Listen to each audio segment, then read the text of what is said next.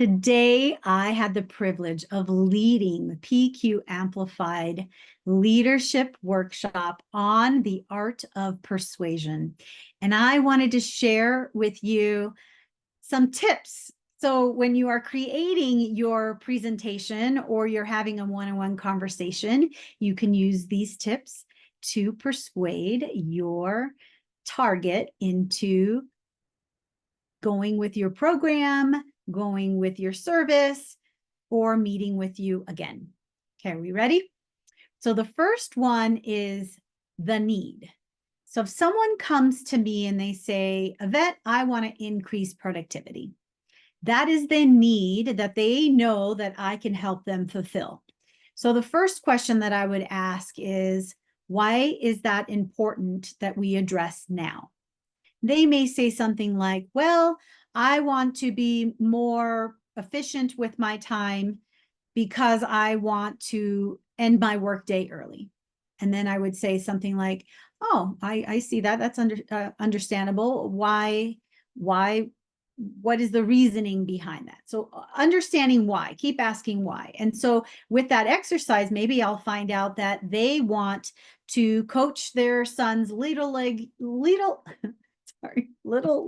team, and they want to be more efficient so that they could do that twice or 3 times a week. So now I'm understanding the second part, which is their aspiration. So the first part is the need, second part is the aspiration.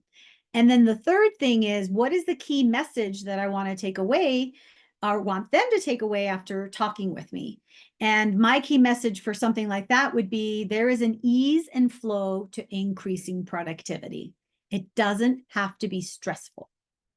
That is a message I want them to take away.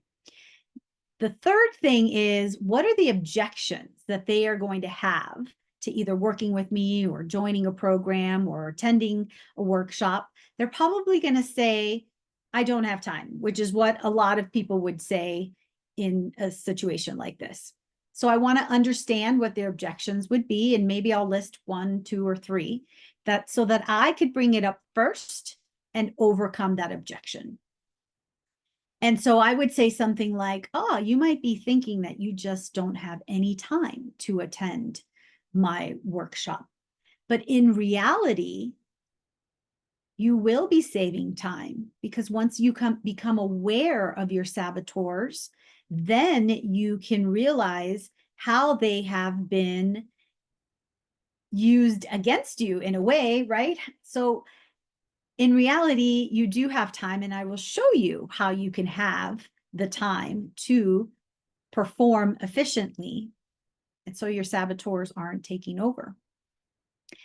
And as I'm kind of talking about the objections, I could, in my mind, think, I want to activate curiosity for them as I'm talking to them. And that could be something like, I could ask, well, how much time do you think your saboteurs are mentally and emotionally affecting your performance?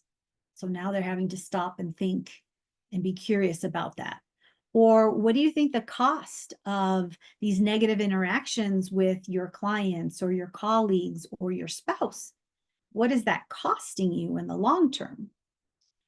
And then I would have a second sage mode, which is activate. I would want for them to want to take action after working with me or talking to me. And I would say something like, well, I've opened up 5 spots in my calendar for anyone who's interested in having a conversation on getting a competitive edge and understanding what their barriers are.